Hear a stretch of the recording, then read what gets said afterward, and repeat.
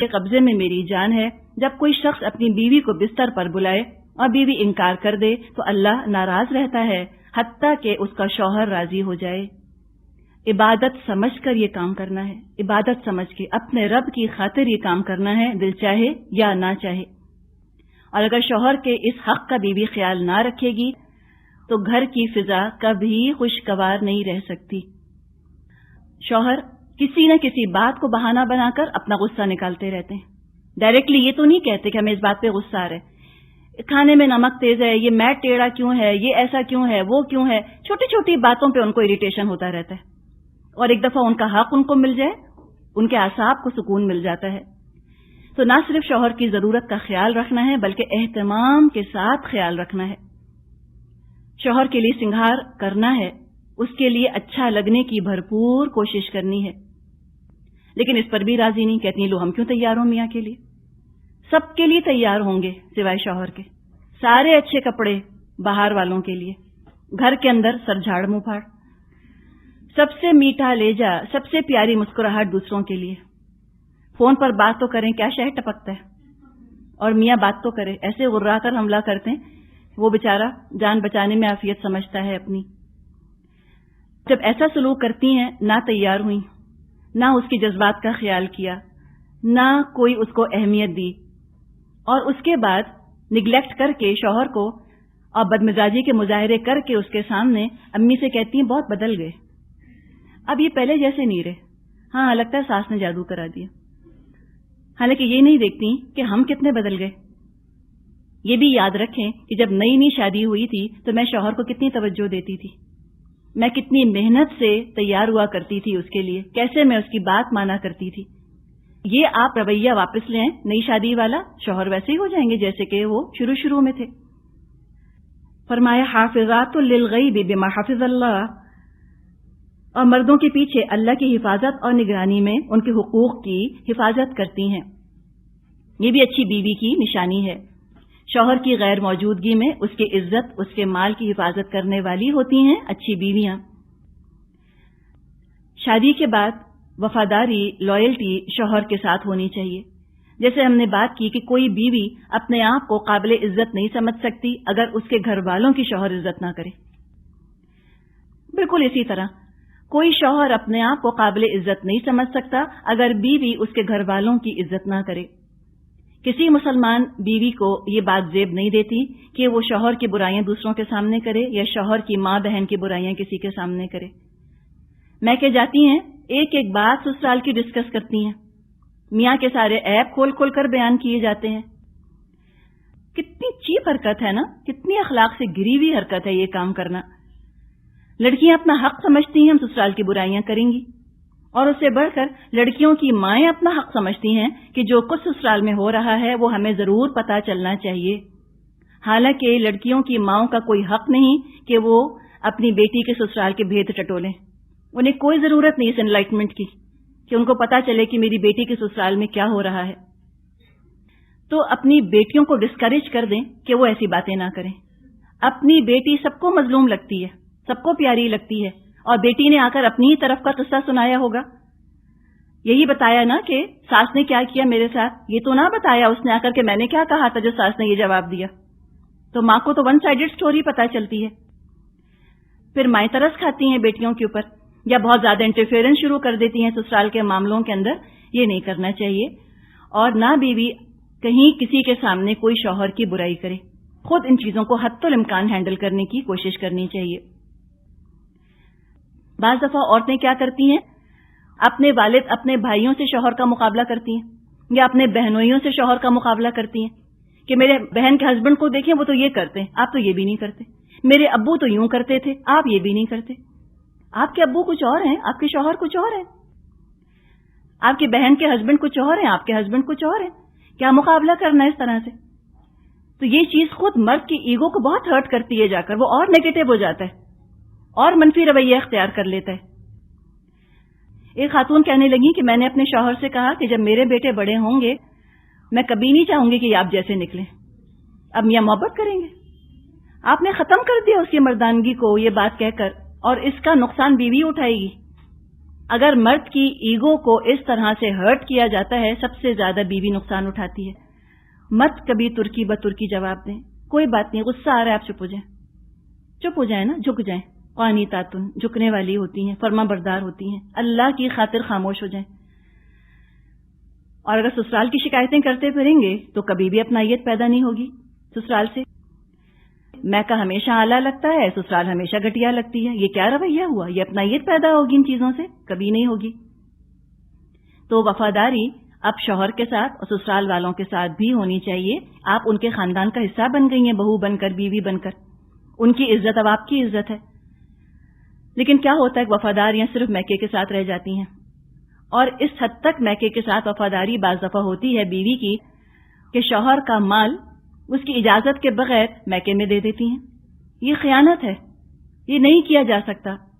بعض عورتیں کہتی ہیں کہ ہمارے شوہر گھر کا خرچہ دیتے ہیں، اس میں سے ہم اپنے میکے والوں کو دے دیتی ہیں اس لیے کہ پیسہ ہمارا ہو گیا۔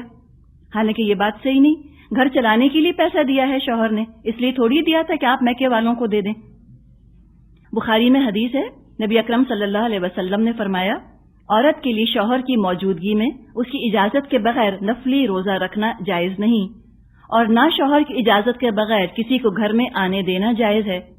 جو عورت شوہر کے حکم کے بغیر گھر کے خرچ میں سے اللہ کی راہ میں دے گی، اس سے شوہر کو آدھا ثواب ملے گا۔ یعنی شوہر کی اجازت ہے، حکم نہیں دیا، لیکن شوہر سے پوچھ کر خرچ کرنا ہے۔ ایک اور حدیث میں آتا ہے کہ عورت اپنے شوہر کے گھر سے اس کی اجازت کے بغیر کوئی چیز خرچ نہ کرے۔ پوچھا گیا کہ کھانا بھی نہ کھلائے؟ فرمایا کھانا تو ہمارے مالوں میں سے بہترین مال ہے۔ شروع میں تو آپ کو پوچھنا پڑتا ہے، لیکن وقت کے ساتھ ساتھ آپ کو آئیڈیا ہو جاتا ہے کہ میاں کو کیا چیز اچھی لگتی، کیا اچھی نہیں لگتی۔ اگر آپ کو لگتا ہے کہ میاں ناراض ہوں گے اس بات پہ، اگر پتہ چلا تو ان کی پیٹھ پیچھے ایسی حرکتیں نہ کریں۔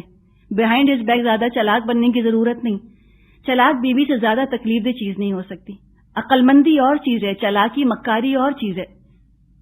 عقل مند بنے، چلاک مکار مت بنے، یہ نظروں سے گرا دینے والی چیز ہوتی ہے۔ اور یہ مت سمجھے کہ ہم چلاکیاں کریں گی تو میاں کو پتہ نہیں چلے گا، ضرور پتہ چل جاتا ہے، اور پھر نظروں سے بیوی گر جاتی ہے، اعتماد اٹھ جاتا ہے شوہروں کا۔ جو بھی دینا ہے بتا کر دیں، یہ بہتری ہے اس کے اندر۔ آپ کی اپنی چیز ہے، آپ کو حق ہے بتا کر دیں یا نہ بتا کر دیں، لیکن بہرحال بہتری اس کے اندر ہے کہ آپ اپنی ذاتی چیز بھی کسی کو دے رہی ہیں تو شوہر کے علم میں وہ چیز آ جانی چاہیے، پہلے یا بعد، یا دینے سے پہلے کہہ دیں کہ میں دے رہی ہوں، یا دینے کے بعد بتا دیں کہ میں نے فلاں چیز دے دی ہے۔ شوہر کے رازوں کو بھی کسی کے ساتھ شیئر نہیں کرنا، حافظات للغیب میں یہ بھی آتا ہے۔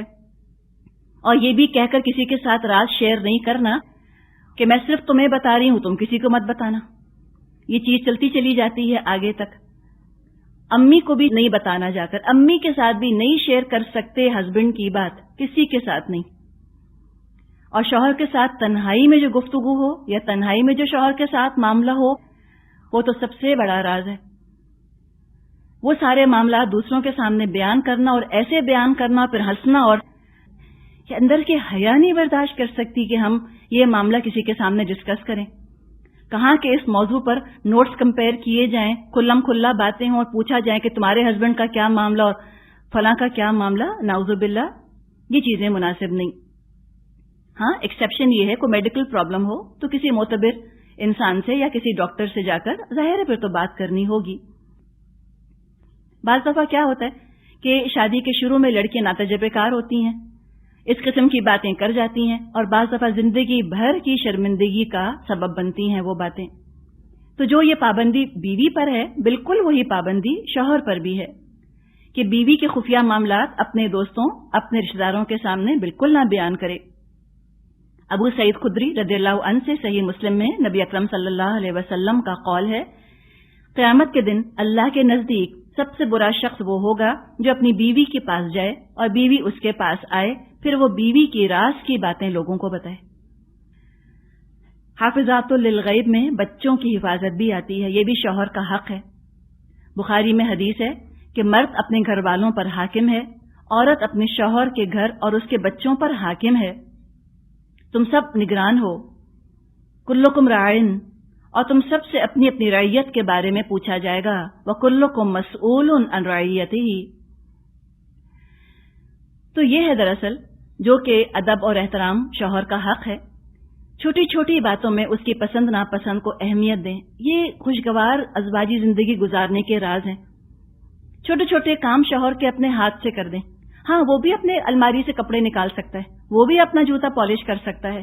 آپ کر دیں گی تو اچھا ہے، لیکن اس میں ایک احتیاط رکھیں کہ آرٹیفیشلی یہ کام مت کریں. اگر روٹین میں یہ چلتے ہیں، اگر شوہر خوش ہو رہا ہے تو کریں. اگر شوہر اپسیٹ ہونے لگ گیا یا اگر شوہر ناراض ہونے لگ گیا کہ تم یہ کام کیوں کر رہی ہو تو مت کریں. کامن سینس ہے نا. اب زور زبردستی تھوڑی ہے کہ آپ زبردستی یہ کام کرنا شروع کر دیں اور شوہر ناراض ہوتا رہ جائے کہ نہیں ہم سے کہا تھا کلاس میں کپڑے نکالنا، اب نکالنے کھڑی ہو گئی. نہیں، اگر شوہر خوش ہوتا ہے تو کریں، خوش نہیں ہوتا تو نہ کریں. تو یہ ہے دراصل اسلامی آداب اور اخلاق جو کہ اسلام نے ہمیں سکھائے. مرد اپنے مقام پر قائم، عورت اپنے مقام پر قائم. آج ہم دیکھتے ہیں جو آج کی صورتحال ہے کہ مردوں کے خلاف بغاوت ہے، عوام کے خلاف بغاوت ہے، حاکم کے خلاف. بغاوت کب ہوتی ہے، ریوولٹ کب ہوتی ہے؟ کئی وجوہات ہوتی ہیں. ایک یہ کہ حاکم ظالم ہو جائے، عوام جو ہے وہ ظالم ہو جائے، اپریسو ہو جائے، اپنے حقوق لے لے، دوسروں کے حقوق ادا نہ کرے، بلکہ اس سے بڑھ کر چھوٹی چھوٹی باتوں میں طاقت کا استعمال کرے، ظالمانہ طریقہ اختیار کرے. یعنی عاشروہن بالمعروف کا اپوزٹ ہو جائے بالکل، تب بھی لوگ بغاوت کر دیتے ہیں. یا حاکم کمزور ہو، ذمہ داری نہ اٹھا سکے، نہ اپنے حقوق کی حفاظت کر سکے، نہ دوسرے کے حق ادا کر سکے، بلکہ اپنی ذمہ داریاں بھی دوسروں کے اوپر ڈال دے. آج یہ دو صورتحال، دو سچویشنز ہمیں کثرت سے نظر آتی ہیں. شوہر یا تو آج ظالم ہے یا کمزور، یا وہ عورتوں کے ساتھ ظلم کر رہے ہیں یا عورتیں ان پر حاوی ہو گئی ہیں، چھا گئی ہیں ان کے اوپر. آپ نے نوٹ کیا ہوگا ہم نے مرد کے لیے مظلوم کا لفظ استعمال نہیں کیا. مرد مظلوم نہیں ہو سکتے. مظلوم وہ ہوتا ہے جس کے پاس طاقت نہ ہو، اختیار نہ ہو. مرد ویک ہو سکتا ہے، ویکلنگ ہو سکتا ہے، مظلوم نہیں ہو سکتا. ہاں، عورت یقیناً مظلوم ہو سکتی ہے. نبی اکرم صلی اللہ علیہ وسلم نے بہت تاکید کی ہے مردوں کو بیویوں کے حقوق کے بارے میں، اس لیے کہ ان کو قوام بنایا گیا ہے عورتوں کے اوپر. جو آخری نصیحت تھی نبی اکرم صلی اللہ علیہ وسلم کی، آپ نے آخری نصیحت دنیا سے جاتے جاتے جو نصیحت فرمائی، آپ نے فرمایا تم خیال رکھنا کس کا؟ نمازوں کا، عورتوں کا، اور بعض روایات میں آتا ہے غلاموں کا بھی آپ نے ذکر کیا.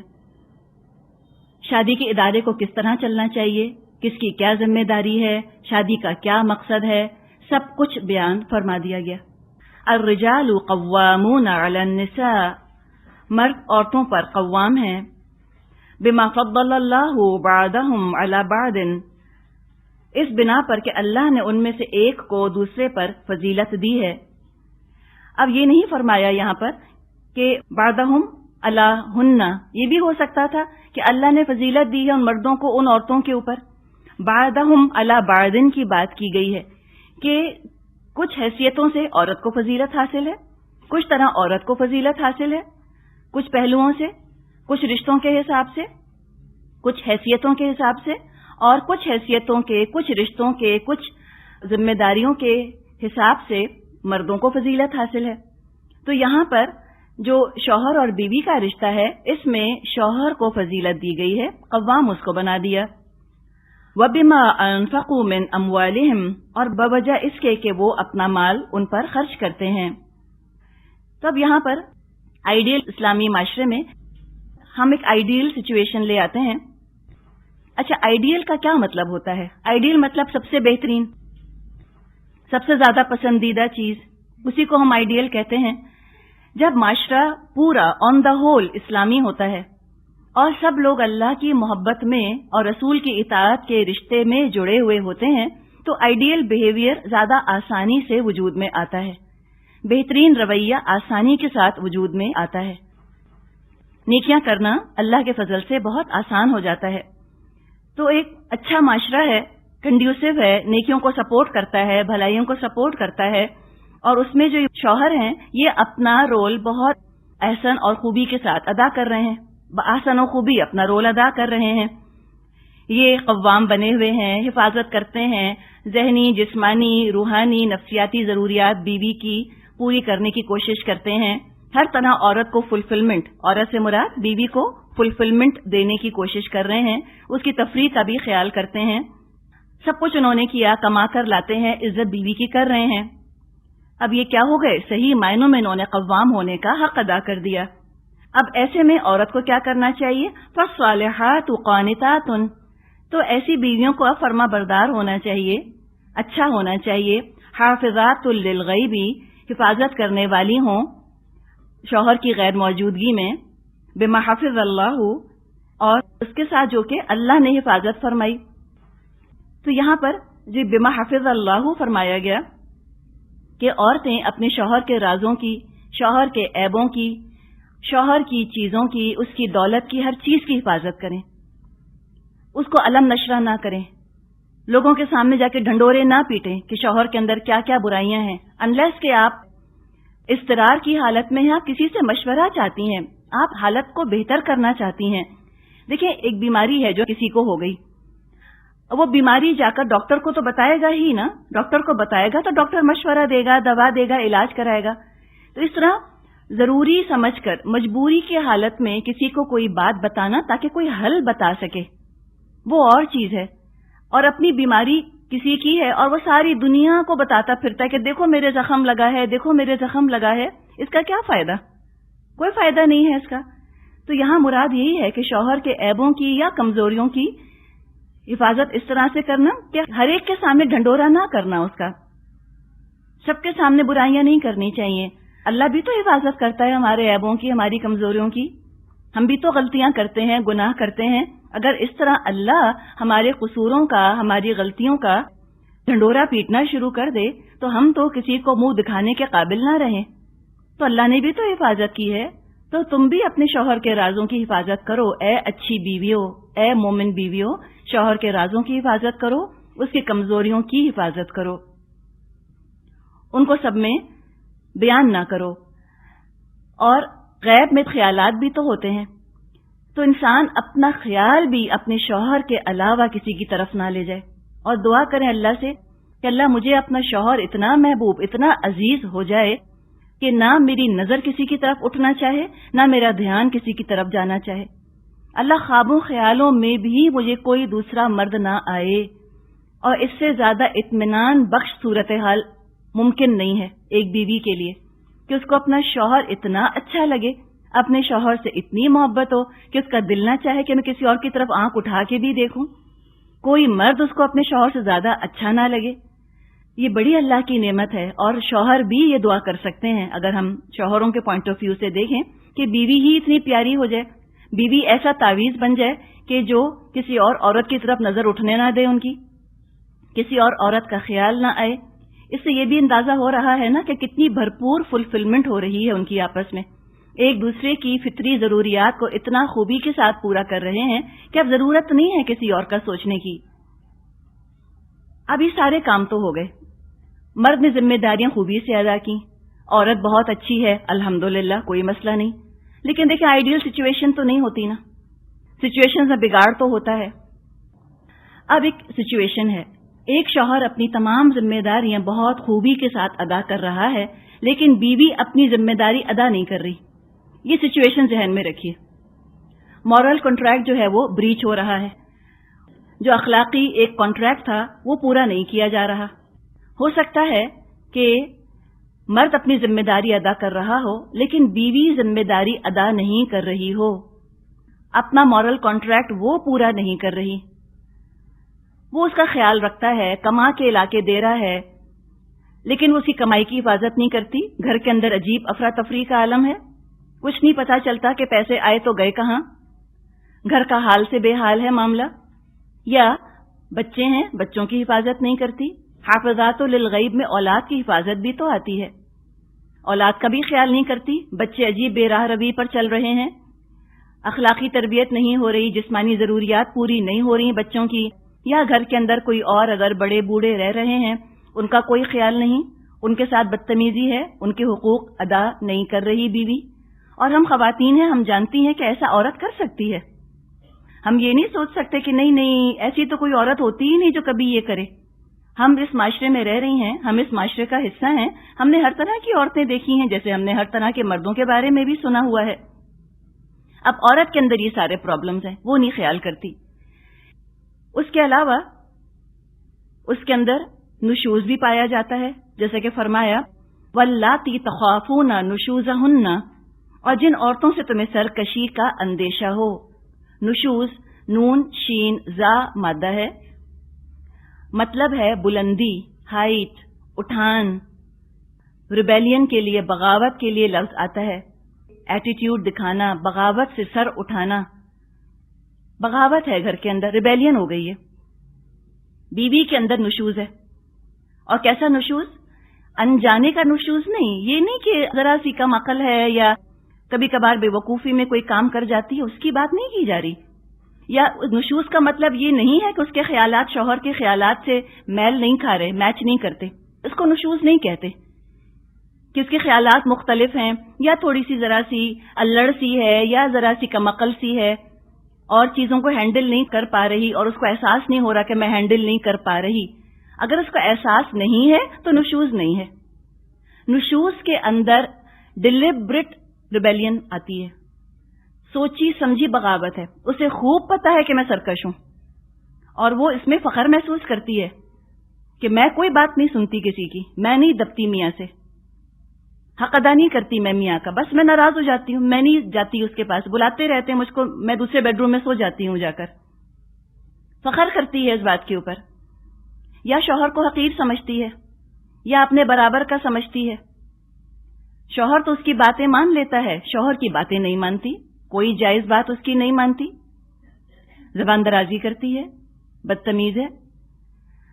گھر میں ایسے لوگوں کو مدعو کرتی ہے جن کا شوہر کو آنا پسند نہیں ہے۔ شوہروں کی نظر ایسی ہوتی ہے جو بیوی بعض دفعہ نہیں سمجھ پاتی۔ جیسے بیویوں کا دیکھیں نا، آپ کسی عورت کو ایک نظر دیکھ کر بہت کچھ جج کر جائیں گے، آپ عورت ہیں، مرد نہیں پتا کر سکیں گے اس عورت کے بارے میں کہ وہ کیسی ہے۔ آپ نے ایک نظر اس عورت کو دیکھا، اس طرح کھڑی ہے، یہ انداز ہے، یہ لچک ہے، آپ کہیں گے ہسبینڈ سے دور رہنا ہے اس سے۔ آپ کو ایک فیلنگ آ گئی نا، وائبس آ گئی آپ کو۔ یہ بات نہیں کر رہی کہ جن کو کہ کوئی مرض ہے شک کا، مریض عورت کی بات نہیں کی جا رہی، ایک نارمل عورت، ایک عورت ہونے کے لحاظ سے ہم دوسری عورت کو جج کر سکتی ہیں کہ اس کا یہ ایٹیٹیوڈ مناسب نہیں لگ رہا۔ اسی طرح مرد ہونے کے ناطے مرد بھی دوسرے مردوں کو جج کر لیتے ہیں۔ ہو سکتا ہے کہ کسی عورت کو نہ پتا چلے کہ یہ مرد جو ہے یہ اچھا نہیں ہے، مرد جب اس کو دیکھیں گے وہ ایک نظر میں جانچ لیتے ہیں، اور وہ گھر والیوں کو منع کر دیتے ہیں کہ اس کو گھر میں مت آنے دینا، یہ ٹھیک نہیں لگتا مجھ کو۔ اب مرد نے کسی کو منع کر دیا کہ فلاں نہیں آئے گا، بیوی انسسٹ کرتی ہے، بلاتی ہے، شوہر کی غیر موجودگی میں بلا لیتی ہے، یا بد کرداری کی طرف رجحان ہے اس کا، یا شریعت کے احکامات کے خلاف نشوز ہے اس کے اندر، شراب پیتی ہے مثال کے طور پہ، یا ڈرگز کے اندر انوالو ہے۔ وہ پچھلے دنوں کسی نے بتایا کہ ان کے دیور کی شادی ہوئی، بہت اچھی لڑکی، لیکن وہ ڈرگز کے اندر انوالو تھی، ہر وقت نشے میں رہا کرتی تھی، لاکھ سمجھانے کے باوجود نہ مانی۔ تو یہ ریئل لائف سچویشنز ہیں جو کہ معاشرے میں ہوتی ہیں۔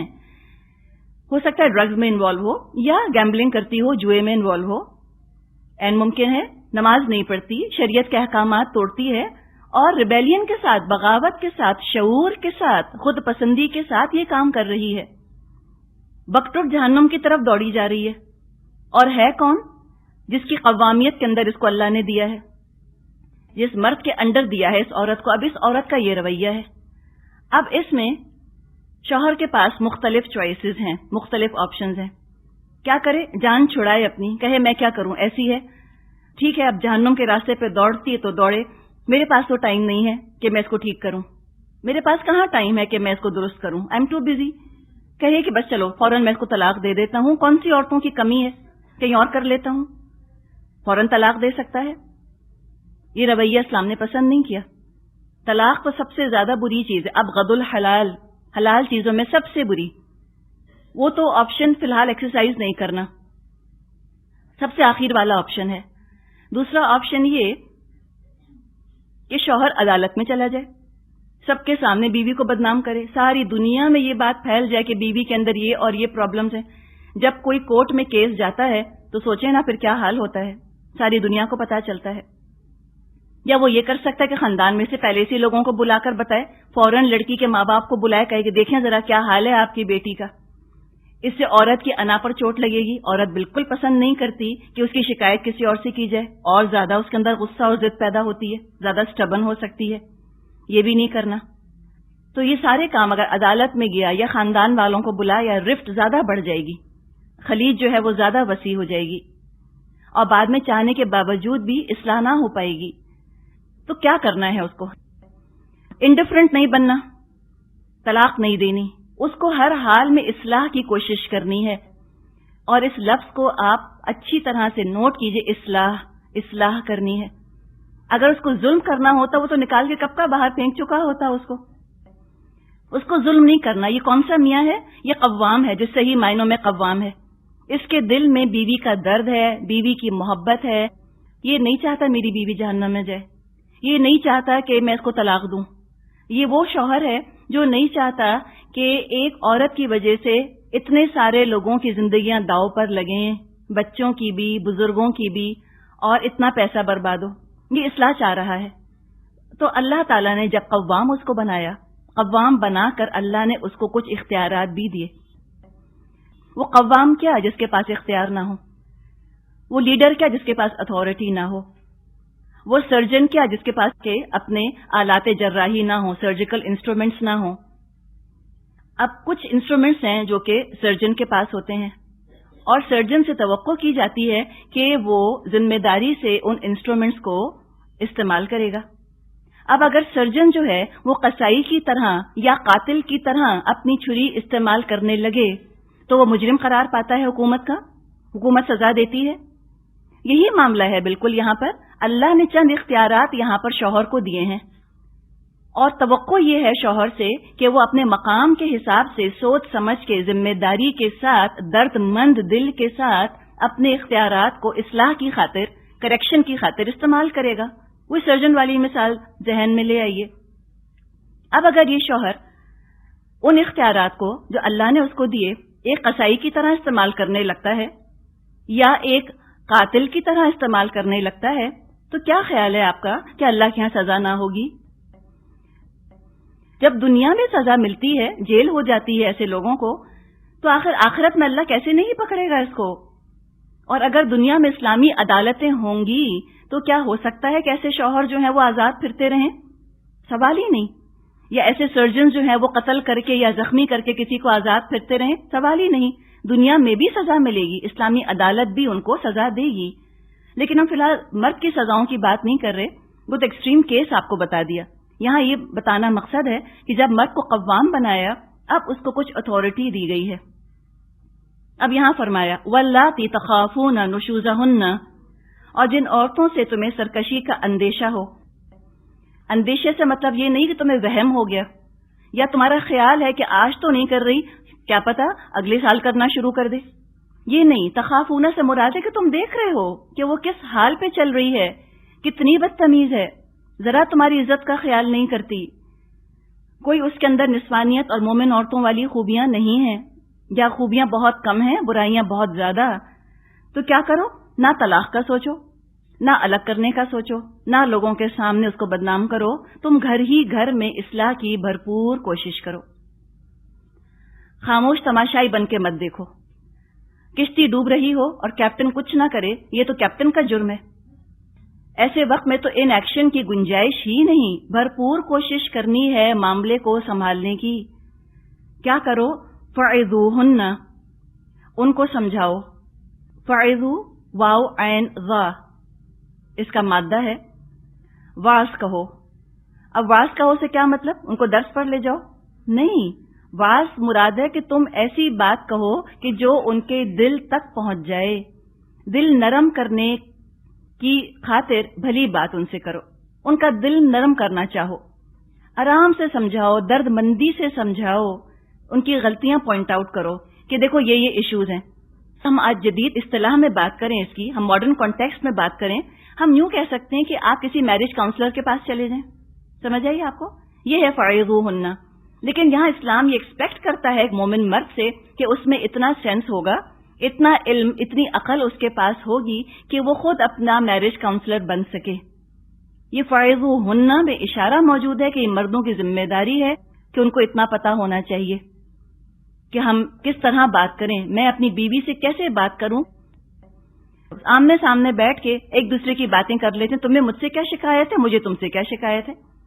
سالو کرنے کی بھرپور کوشش کرو. دل نرم کرنے کے لیے بھلی بات کرو، سمجھاؤ ان کو. اور یہ ایک دفعہ ان کی بات نہیں ہے کہ بس ایک دفعہ کہہ کے فارغ ہو جاؤ. کئی دفعہ تم اس آپشن کو ایکسرسائز کرو. ہو سکتا ہے یہیں پر تمہاری بیوی سمجھ جائے. 50% تو یہیں سمجھ جائیں گی. جن کے اندر حساسیت ہوگی، ذرا سا جن کے اندر احساس ہوگا میاں کا، وہ سمجھ جائیں گی کہ دیکھو ابھی اتنے سارے پرابلمز بتا رہا ہے. وہ انٹروسپیکشن کریں گی. اگر واقعی کانفیڈنٹ ہیں، مومن ہیں، تو اپنی غلطیاں مانیں گی کہ ہاں آئی ایم سوری، مجھ سے یہ پرابلم ہوا، مسئلہ حل ہو گیا الحمدللہ. 50% سمجھ گئی. ہو سکتا ہے کچھ نہ سمجھیں. تو سمجھنے کے بجائے اگر وہ الٹا کچ بحثی پر ہوتا رہے، بیوی اپنی غلطی، اپنی فالٹ ایڈمٹ کرنے کے بجائے الٹی بحث کرنے لگ جائے. اب دوسرا قدم، اب کیا کرو؟ وَاهْجُرُوهُنَّ فِي الْمَضَاجِعِ، خوابگاہوں میں ان سے علیحدہ ہو جاؤ. وَاهْجُرُو، کون علیحدہ ہو جائے؟ شوہر. کس سے؟ بیوی سے. تو شوہر کو علیحدہ ہونا ہے. کہا تم ہجرت کر جاؤ ان سے. بیوی سے نہیں کہا کہ تم الگ جا کر سو، تم بستر چھوڑو، بلکہ شوہر سے کہا کہ تم بیڈ روم چھوڑ کے چلے جاؤ، تم گیسٹ روم میں چلے جاؤ، تم اسٹڈی میں، تم لاؤنج میں بستر ڈال لو جا کر. شوہر سے کہا کہ تم کمرہ چھوڑ دو، تم وہ سونے کی جگہ چھوڑ دو. بیوی سے نہیں کہا کہ تم کمرہ چھوڑ کے جاؤ. اور آپ یہ لکھ لیں بات کہ چاہے شوہر سے آپ کی کتنی شدید ناچاتی ہو گئی ہو، کتنا شدید اختلاف ہو گیا ہو، ایک بیوی کی حیثیت سے آپ کبھی مت بیڈ روم چھوڑ کے جائیے گا. یہ پھر کیا چیز ہو گئی؟ اس کی انا پر بہت چوٹ آ گئی. توقع ہم یہ کرتے ہیں کہ ہم بیڈ روم چھوڑ کر جائیں گے، وہ مناتے ہوئے آئیں گے ہم کو پیچھے سے. وہی ناولوں کا اثر اور پکچروں کا اثر ہے. اور نہ ہوا تو کتنی بات بڑھے گی. اتنا بڑا سٹیپ لے لیا، اب تو اپنی بھی انا کا مسئلہ بن گیا نا. اب اگر وہ مناتا نہیں تو واپس کیسے آئیں بیڈ روم کے اندر؟ یہ بھی تو ایشو ہے. اور وہ نہیں مناتا تو کب تک نہیں آئیں گی بیڈ روم میں؟ کب تک کہیں اور سوئیں گی؟ اور بچوں کو سوچیں نا، بچوں کے اندر کیا امپریشن پڑے گا ان چیزوں کا. تو عورت کی بھی جب انا مجروح ہوتی ہے تو بہت دیر سے اس کی انا جو ہے وہ قابو میں آتی ہے. تو ہم کیوں اپنے آپ کو اس مشکل میں ڈالیں؟ کبھی نہ کریں. اس حالت میں بھی یہ جب کہا نہیں کہ تم بیوی سے کہو کہ جائے یہاں سے بیڈ روم سے، تم کو نہیں کہنا اس سے، یہ پھر بہت بے عزتی محسوس کرے گی، تم الگ ہو جاؤ. اور خالی بستر چھوڑنے کو کہا گیا، گھر چھوڑنے کو نہیں. حدیث میں آتا ہے لا تہجر الا فی البیت، ہجرت نہیں ہے مگر گھر کے اندر اندر ہی. گھر کے اندر اندر ہی تم ان کو چھوڑ دو، گھر سے باہر معاملہ نہ جائے. اب جب یہ معاملہ ہو گیا کہ شوہر اتنا ناراض لگ رہا ہے کہ بستر چھوڑ کے چلا گیا، تو باقی 49% تو یہی سمجھ جائیں گی.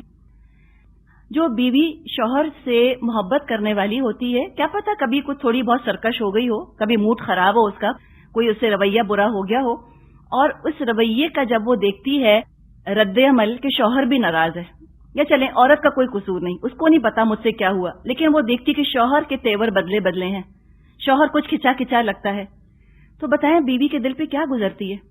دنیا نہیں اچھی لگتی، دنیا بری لگنے لگتی ہے. کھانا کھانے کو دل نہیں چاہتا، انسان کا ہنسنے کو دل نہیں چاہتا، اچھا کپڑا پہننے کو دل نہیں چاہتا، ہار سنگار کرنے کو دل نہیں چاہتا. لگتا ہے کیا زندگی ہے، کوئی خوشی زندگی کی خوشی نہیں لگ رہی ہوتی. بیوی اتنی حساس ہوتی ہے شوہر کے معاملے میں، ساری دنیا اس کی تعریف کرے اور شوہر تعریف نہ کرے، اس کو لگتا ہے کیا فائدہ ہوا، مجھ میں لگتا ہے کوئی خوبی ہی نہیں جیسے، جب میرا شوہر ہی مجھ سے ناراض ہے. تو یہ تو سچویشن ہوتی ہے، یہ ریئل لائف سچویشن یہ بھی ہے. تو اکثر اور بیشتر بیویاں وہ تو شوہر کے ناراضگی بالکل برداشت نہیں کر سکتی، لیکن شوہر کمرہ چھوڑ کے چلا گیا، بیوی پر اثر ہی نہیں، کوئی فرق ہی نہیں پڑتا اس کو. تو سوچے نا کہ اس کا یہ سوچا سمجھا نشوز، اس کی یہ ڈیلیبریٹ ریبیلین کہاں تک چلی گئی ہے، کس حد کو نوبت پہنچ گئی ہے.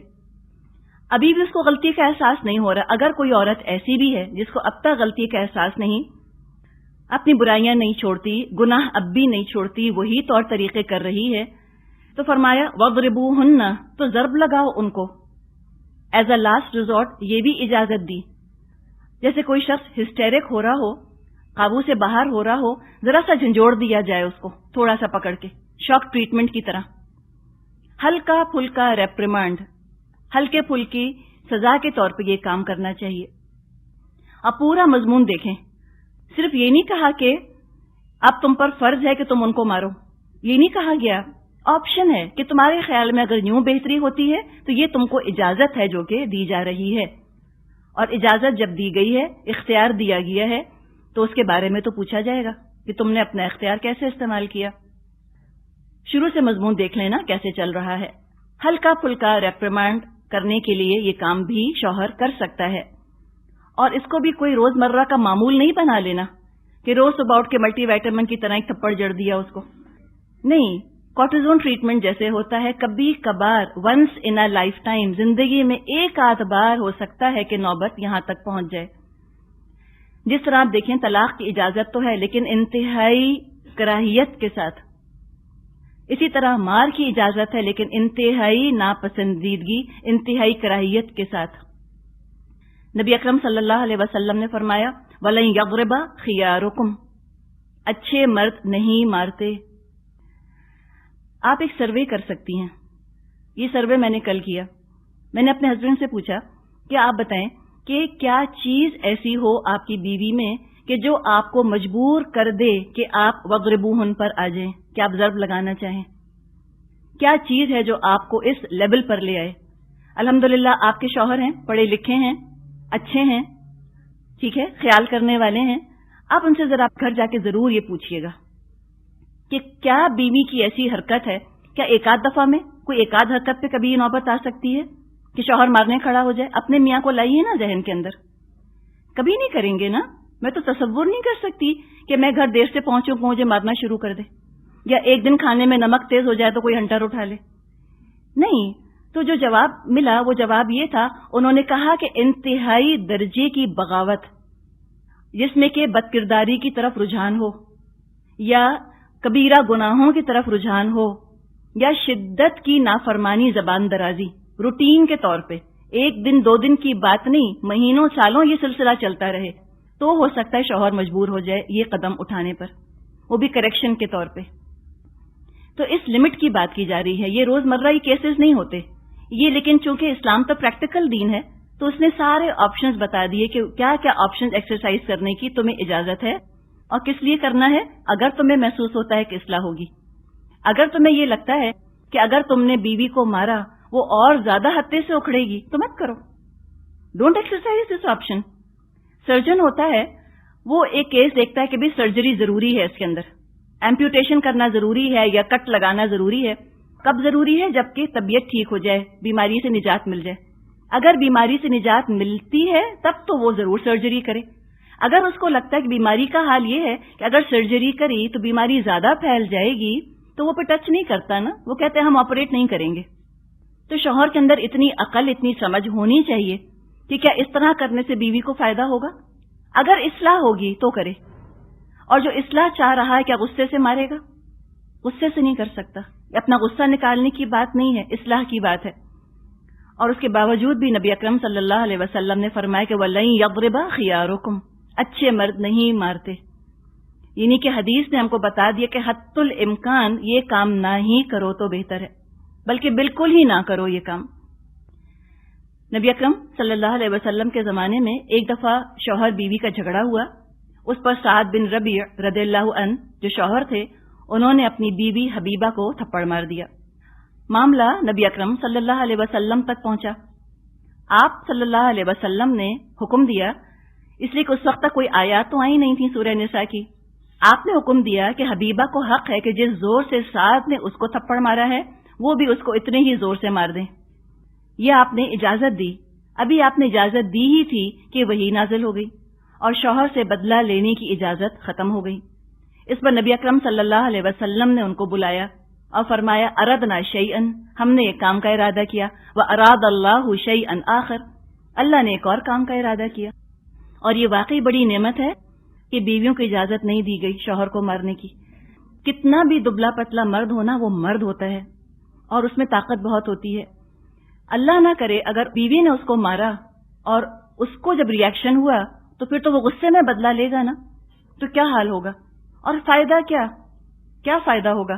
کوئی فائدہ نہیں ان چیزوں کا۔ تو ایک چیز کو سلوگن کے طور پہ یوز کرنا کہ اگر شوہر کو اجازت ہے تو بیوی کو بھی ہو. یہ سننے میں بہت اچھا لگتا ہے, وہ اکوالٹی والی بات. خود نبی اکرم صلی اللہ علیہ وسلم نے اجازت دی, لیکن اللہ تو اپنے رسول سے زیادہ حکیم ہے نا. انسان تو پھر انسان ہے اور رب تو پھر رب ہے, تو اللہ تعالیٰ نے یہ اجازت نہ دی. جیسے قرآن میں سزائیں آئی ہیں اور طریقہ نبی اکرم صلی اللہ علیہ وسلم نے بیان فرمایا ہے کہ کیسے سزا دینی ہے. سورہ نور میں, سورہ مائدہ میں سزائیں وہاں آ گئیں. ان کو امپلیمنٹ کیسے کرنا ہے یہ تو نبی اکرم صلی اللہ علیہ وسلم نے بتایا. سزا یہاں بتا دی, وَاضْرِبُوهُنَّ, اور ضرب لگاؤ ان کو. اب آگے کچھ نہیں بتایا کیسے ضرب لگاؤ, کس طرح لگاؤ. کیوں نہیں بتایا؟ جیسے نماز کا طریقہ نہیں بتایا, یہ بتا دیا نماز پڑھو. اب کیسے پڑھو وہ نبی اکرم صلی اللہ علیہ وسلم بتائیں گے. تو مارنا کس کو کہا گیا ہے یہاں پر, اس لفظ کو دیکھیں اور اس لفظ کو سمجھیں. مارنا لکھا ہے کیسے, یہ بھی تو ضروری ہے. اگر ہم ڈکشنری کھول کر مارنا کا ترجمہ دیکھیں تو ہمیں ایک خاص مطلب ملے گا. ہٹ کرنا, بیٹ کرنا, یہی لفظ آئیں گے. اچھا, اسی طرح اگر ہم صلات کا لفظ ڈکشنری میں دیکھیں تو کیا مطلب آئے گا؟ دعا مانگنا, تعریف کرنا. لیکن ہم صلات کا وہ مطلب تو نہیں لیتے جو ڈکشنری میں لکھا ہے. ہم تو نبی اکرم صلی اللہ علیہ وسلم کی سنت پہ جاتے ہیں نا. چاہے صلات ہو, چاہے صوم ہو, چاہے حج ہو, ہم تو نبی اکرم صلی اللہ علیہ وسلم کے اقوال کی روشنی میں اس کو دیکھتے ہیں. تو کیا وجہ ہے کہ وَاضْرِبُوهُنَّ کو ہم نے سنت کی روشنی میں کبھی نہ دیکھا؟ صرف ڈکشنری کھول کے مطلب دیکھا کہ مارو, اور ہم نے اسلام پر حملہ کر دیا اس لفظ کو اٹھا کر. کیسے مارنا ہے؟ مسواک سے. ٹوتھ برش, ٹوتھ برش کتنا ہوتا ہے, مسواک کتنی ہوتی ہے؟ جیسے یہ پین ہے نا آپ کا, یہ مارکر ہے اتنا, اس سے کرنا ہے ایسے. یہ اس کی بات کی گئی ہے. ریپریمانڈ ہوتا ہے نا کسی کو ہوش میں لانے کے لیے, یہ طریقہ ہے.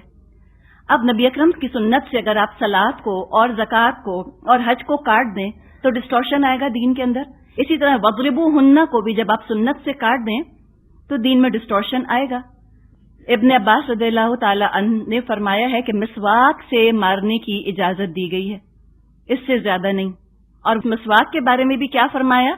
وَلَن يَضْرِبَ خِيَارُكُمْ, تم میں سے جو اچھے مرد ہیں وہ تو ہرگز نہیں ماریں گے اپنی بیوی کو. لیکن آج ہم کیا دیکھ رہے ہیں کہ سارا کانٹیکسٹ آگے پیچھے کی آیات چھوڑ کر وَعَاشِرُوهُنَّ بِالْمَعْرُوفِ تو لگتا ہے جیسے قرآن کا حصہ ہی نہیں. تو ان کو ستانے کے لیے بلا وجہ روکے مت رکھو, لگتا ہے قرآن کا حصہ ہی نہیں. اگر تم طلاق بھی ان کو دے رہے ہو تو کچھ نہ کچھ پھر بھی ان کو دے دو. اگر ان میں سے کوئی بات تم کو بری لگتی ہے تو کیا پتہ کوئی خوبی بھی تمہاری بیویوں میں ہو. لگتا ہے کہ یہ آیات تو قرآن میں ہیں ہی نہیں. سب کچھ چھوڑ کر اس پوری آیت کا بھی ایک لفظ انہوں نے اٹھا لیا, وَاضْرِبُوهُنَّ, اور پورے قرآن کو, پورے اسلام کو اس ایک آیت کے ایک لفظ پر انہوں نے گھما دیا. اور افسوس کی بات کہ چونکہ مسلمان عورت نے سب کچھ پڑھ لیا, قرآن نہ پڑھا. اس نے کہا اچھا یہ لکھا ہے قرآن کے اندر, چلو ہم ڈیمونسٹریشن کرتی ہیں, ہم جلوس نکالتی ہیں. یہ ہم شروع ہو گئے. اور لوگ بھی اس آیت کو اور آیت کے بھی اس ٹکڑے کو ایسے کوٹ کرتے ہیں کہ لگتا ہے کہ اسلام سب سے پہلا دین ہے جس نے اس کام کی اجازت دی. اس سے پہلے تو کبھی شوہر بیویوں کو مارتے ہی نہیں تھے, اور جو ہی یہ آیت نازل ہوئی سب ہنٹر لے کر کھڑے ہو گئے اور ان کو حکم دے دیا گیا کہ چلو اب سب بیویوں کو تو مار مار کے درست کر دو. کس نے جلتی پر تیل کا کام کیا؟ کچھ موضوع روایات جو سنائی جاتی ہیں درسوں کے اندر. ایک جگہ ہم درس پر جاتے تھے, وہاں انہوں نے ایک روایت سنائی.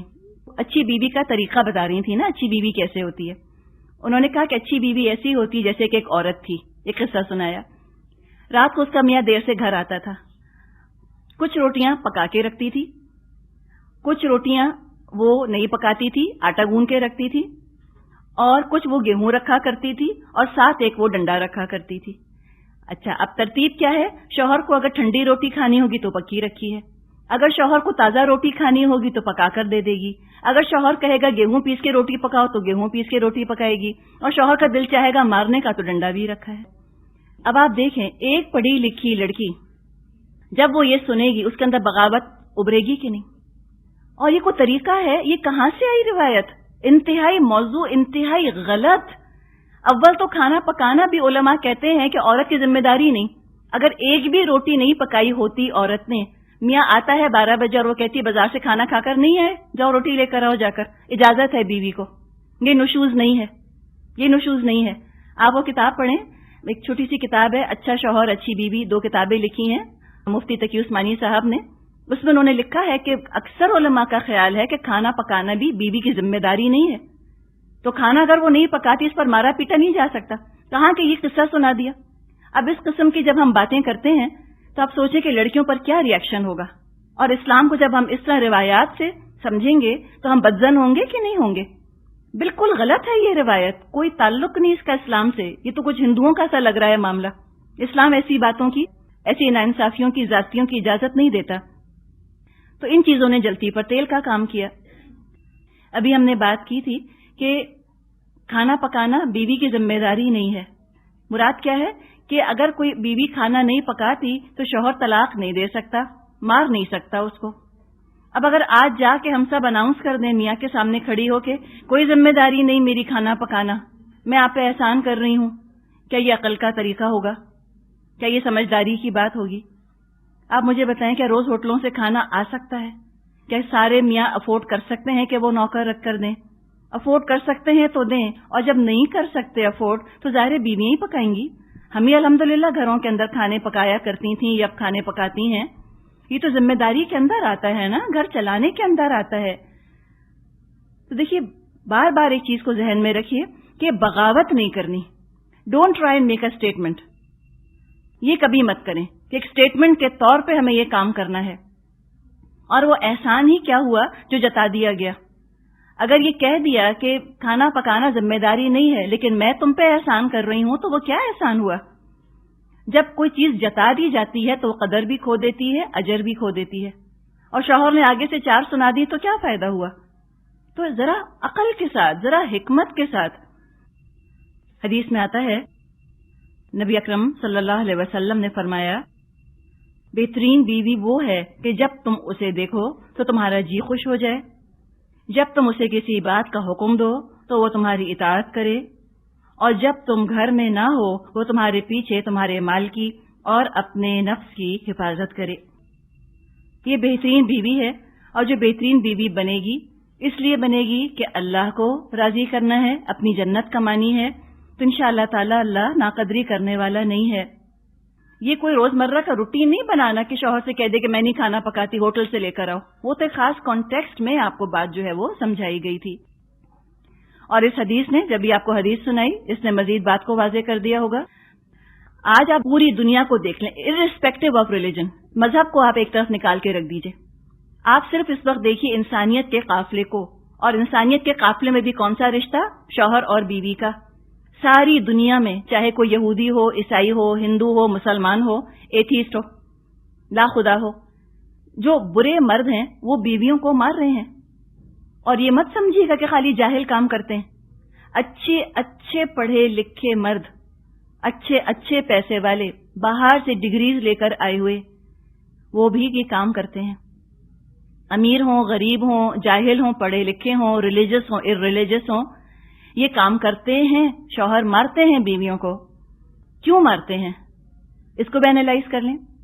سروے کریں ذرا کہ کتنے مرد اصلاح کی خاطر دل پر پتھر رکھ کے مجبوراً یہ کام کرتے ہیں، اور کتنے مرد ہیں جو صرف طاقت کا مظاہرہ کرنے کے لیے یہ کام کرتے ہیں.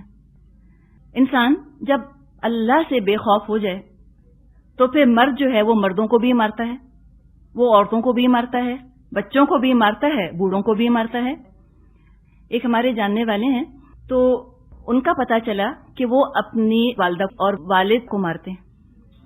لمبے چوڑے ہیں نا، آپ ان کو دیکھیں بہت لمبے ہیں، اچھی بلٹ ہے.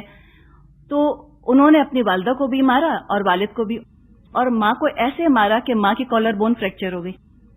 اور ماں کی جو عمر ہے نا وہ 60 سے اوپر کی ہے. تو خیر بات چیت ہو رہی تھی، ان سے جب پوچھا کہ یہ کیوں کیا، کہتے ہیں تو کیا ہوا، جب میں چھوٹا تھا یہ بھی تو مجھے مارتے تھے. اور وہ ایسی خاتون ہے کہ میں آپ کو نہیں بتا سکتی کس قدر محبت کرنے والی اور کتنی محبت اور چاہتوں سے انہوں نے اپنے بچے پالے. ان کے ساتھ یہ حال ہو رہا ہے. مراد کیا ہے آپ کو بتانا، کیوں بتایا جا رہا ہے کہ ظالم مرد کیسے ہوتے ہیں. جو ماں باپ کو نہیں چھوڑیں گے وہ بیوی کو چھوڑیں گے آپ کے خیال میں؟ قاتل ہو رہے ہیں، وہ خونی ہو رہے ہیں، وہ مرڈررز ہیں، وہ سیریل ریپسٹس ہیں، وہ کیا نہیں ہے مرد. مردوں کا حال تو آج آپ دیکھیں آن دا ہول. تو سبھی کو مارتے ہیں وہ، تو بیویاں بھی اس لپیٹ میں آتی ہیں۔ اور یہ حقیقت ہے کہ مرد چاہے کسی مذہب کا ہو، کسی مذہب کا یا کسی مذہب کا نہ ہو، زیادہ تر اپنا غصہ نکالنے کے لیے یا نشے کی حالت میں یہ کام کرتے ہیں، یا وہ اس لیے بیویوں کو مارتے ہیں۔ کبھی اپنی ماسیوں سے پوچھیے گا نا کہ کیوں مارا تمہارے میاں نے آج، کہتی ہے باجی سارا دن نشہ کر کے پڑا رہتا ہے۔ اور اس لیے بھی مرد مار رہے ہیں بیویوں کو کہ وہ پروسٹیٹیوشن کیوں نہیں کرتی، وہ ان کو پیشہ کروانا چاہتے ہیں۔ بیوی نہیں مانتی تو مارتے ہیں اس بات پر ان کو، وہ کہتے ہیں چوری کر کے لاؤ، جب بیوی چوری نہیں کرتی تو مارتے ہیں۔ ہمارا کیا خیال ہے کہ وہ اس لیے مار رہے ہیں کہ بیوی نماز نہیں پڑھ رہی؟ کیا وہ اس لیے مار رہے ہیں کہ بیوی بدکاری کر رہی ہے؟ ایسے تو آپ کو ڈھونڈے سے بھی نہ ملیں گے آج۔ تو یہ جو کیٹیگری قرآن نے دی ہے، یہ تو آپ کو آج آٹے میں نمک کے برابر بھی نہیں ملیں گے۔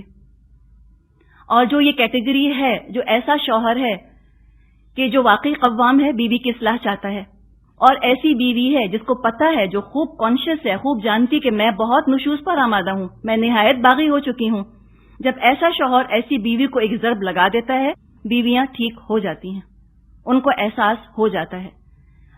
کیوں؟ یہ اللہ نے فرمایا ہے، یہ غلط نہیں ہو سکتا۔ اگر یہ اصلاح کا طریقہ نہ ہوتا، اللہ نہ بیان فرماتا۔ اس میں اصلاح ہے، تبھی اللہ نے بیان فرمائی ہے یہ بات، اور اس سے اصلاح ہوئی ہے، ہوتی ہے۔ لیکن کب؟ جب کہ دونوں طرف یہ چیز ہو، ایک طرف نشوز ہو اور دوسری طرف اصلاح کا جذبہ ہو، تو یہ چیز فائدہ دیتی ہے۔ ایک طرف مظلومی ہو، دوسری طرف ظلم ہو، اصلاح کا کوئی ارادہ نہ ہو، کوئی غلطی بیوی سے ہو نہ رہی ہو اور اس کو مارا پیٹا جائے، تو یہ تو نہیں کہا گیا یہاں پر۔ ایسا مارتے ہیں کہ عورتوں کو ہاسپٹلائز کرنا پڑتا ہے، پاکستان میں بھی مارتے ہیں، امریکہ میں بھی مارتے ہیں۔ آپ نے وہ قصہ پڑھا ہوگا او جے سمپسن کا، اس نے تو جان سے ہی مار ڈالا۔ اب وہاں انہوں نے ابیوزڈ عورتوں کا سینٹر بنایا ہے، انونیمس ہے، اس میں وہ بیویاں جو کہ پٹتی ہیں وہ وہاں آتی ہیں، اور جو گرل فرینڈز ہیں ان کو ان کے بوائے فرینڈز مارتے ہیں، ان کو وہاں شیلٹر دیا جاتا ہے، پناہ دی جاتی ہے، اور ایسا مارتے ہیں کہ ان کی ہڈیاں توڑ دیتے ہیں، ہاسپٹلائز کرنا پڑتا ہے نا، اتنی بری طرح ان کو مارا جاتا ہے۔ پیملا اینڈرسن ایک ایکٹریس تھی، ان کے میاں تھے ٹامی لی میرا خیال ہے، کہ انہوں نے اتنا مارا کہ اسی بیوی کی پیٹھ پر نشان پڑ گئے، وہ کورٹ میں گئی۔ کیا خیال ہے؟ یہ جو ٹامی لی تھا، اس نے پہلے سورہ نساء کھولی، سورہ نساء آیت نمبر 34، وَاضْرِبُوهُنَّ، مارو، چلو ادھر آؤ تمہاری دنائی لگاؤں۔ ہم یہ سمجھتے ہیں ہمیں کیا ہو گیا؟ کیا ایسا ہوا؟ اب مجھے بتائیں، ایسا نہیں ہوتا۔ ایسا لگ رہا ہے کہ جو دنیا میں مار رہا ہے وہ عین قرآن پر عمل کر رہا ہے۔ امریکہ میں ایک سروے ہوا، اس میں 20 to 30% عورتیں بیٹرڈ بتائی گئی ہیں۔ 100 میں سے تقریباً 20 یا 30 عورتیں پٹتی ہیں اپنے میاں سے، وہ تو مسلمان نہیں ہیں، اسلام کا کیا قصور؟ ان میں سے 1 ملین جو ہیں وہ علاج کرواتی ہیں، اتنی بری طرح ان کو مارا جاتا ہے۔ ایک عورت نے بتایا کہ میرا میاں اتنا ابیوسو تھا، کیا ہوتا تھا، وہ گھر میں آ کے مجھے مارنا شروع کر دیتا تھا، اس لیے کہ نشہ کر کے آتا تھا نا، ڈرنک ہوتا تھا یا ایڈکٹ تھا، اور میں اس کو کہتی رہتی تھی کہ تم کو بھوک لگ رہی ہے، میں تم کو برگر بنا کے دے دوں، میں یہ کر دوں، تو کبھی انہوں نے وہ استری لے کر چپکا دی بیوی کے اوپر، کبھی کچھ کیا۔ آپ وہ مظالم دیکھیں اور آپ یہ دیکھیں جو قرآن بتا رہا ہے، کیا تعلق ہے دونوں چیزوں کا؟ کوئی تعلق نہیں آپس میں۔ اور ان تمام دنیا کے مظالم کا الزام اٹھا کر اسلام اور قرآن کے سر پر رکھ دینا، اس سے بڑا ظلم اور کیا ہوگا؟ اس کا بھی جواب دینا ہوگا قیامت کے دن۔ جو یہ کہتا ہے کہ اسلام ظلم کرتا ہے عورتوں پر، اس سے بڑھ کر اور کوئی ظالم نہیں، وہ خود ظالم ہے، اللہ پر جھوٹ باندھا ہے اس نے، اور وہ قیامت کے دن افتراء علی اللہ کرنے کا حساب اپنے رب کو دے گا کہ اس نے یہ کام کیوں کیا۔ آگے فرمایا، اسی آیت میں کنٹینیو ہو رہا ہے، فَإِنْ أَطَعْنَكُمْ فَلَا تَبْغُوا عَلَيْهِنَّ سَبِيلًا، پھر اگر وہ تمہاری مطیع ہو جائیں تو خوامخواہ ان پر دست درازی کے بہانے تلاش مت کرو۔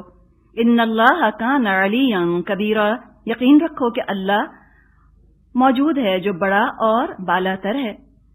شوہروں کو بتا دیا، اگر تمہاری بیویاں تمہاری اطاعت کرتی ہیں، اللہ کی اطاعت کر رہی ہیں، تو اب تم ان پر بلا وجہ زیادتی مت کرو۔ اور آج آپ دیکھیں کون سے شوہر آپ کو ایسے ملیں گے جو اپنی بیوی کو شریعت کا پابند بنانا چاہتے ہیں۔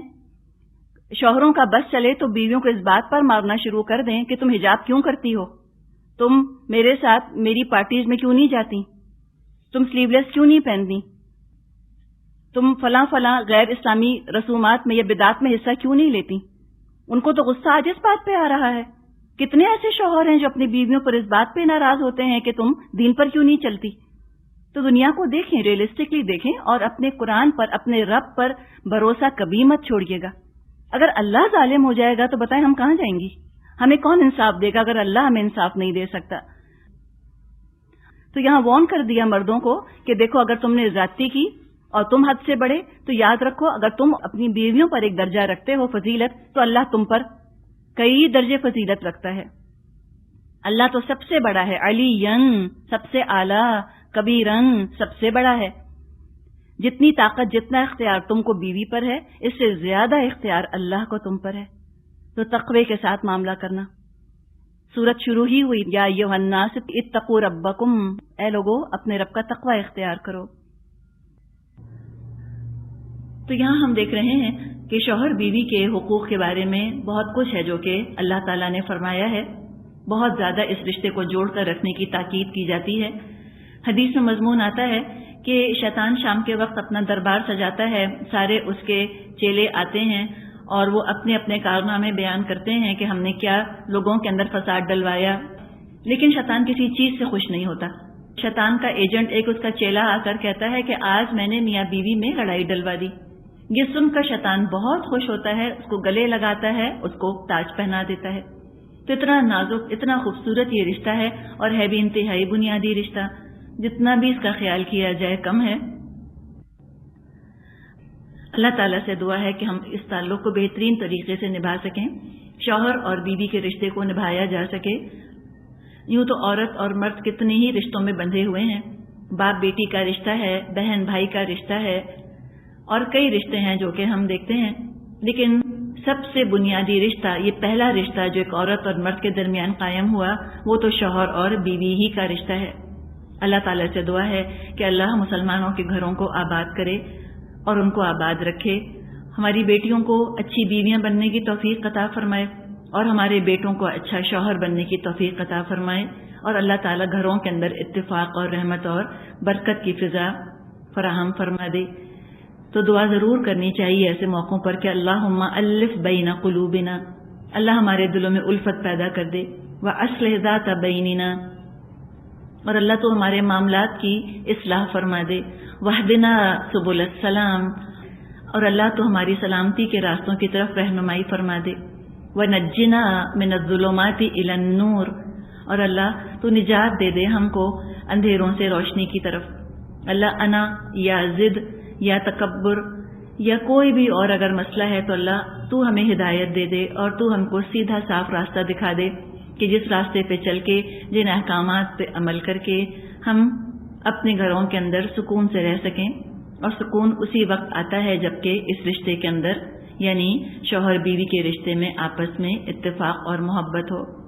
سورہ فرقان میں بھی اللہ تعالیٰ نے ہمیں دعا سکھائی ہے کہ ربنا ہب لنا من ازواجنا وذریاتنا قرۃ اعین واجعلنا للمتقین اماما، اے ہمارے رب، ہمارے شوہروں اور شوہروں کے لیے بیویوں میں اور ہماری اولاد میں اللہ تو آنکھوں کی ٹھنڈک ہمیں عطا فرما اور تو ہم کو متقیوں کا امام بنا دے۔